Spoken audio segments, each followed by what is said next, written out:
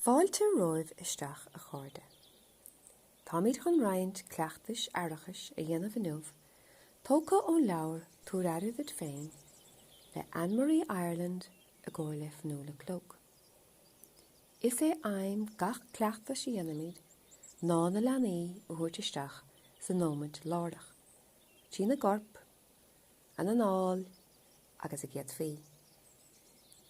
Dá bhéid a dhéiríonn siad an áard ar an nómad lárdach is as mó an suainnes a bhreith siad. Más féidir lehééis sin a dhéanamh go rialta, ní hamháin go mbeatha siad níos socra ionta féin, ach neartó sé an teachta níor atá ionta agus a gcumas in aontain a dhéarú ar a bhfuil le déanamh acu. Cuir chuig an nua a bheith ann-dóibh chun plé le himní, le hachrann agus le fadhbanna.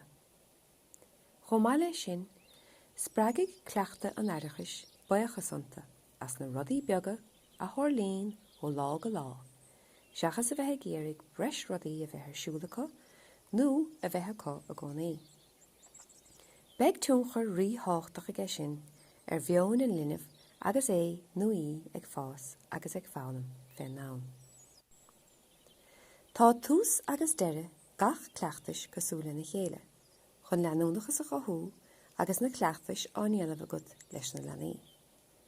Beidh sé níos fusa dóibh nuair a haon siad a dtaithí ar na treoiricha rialta.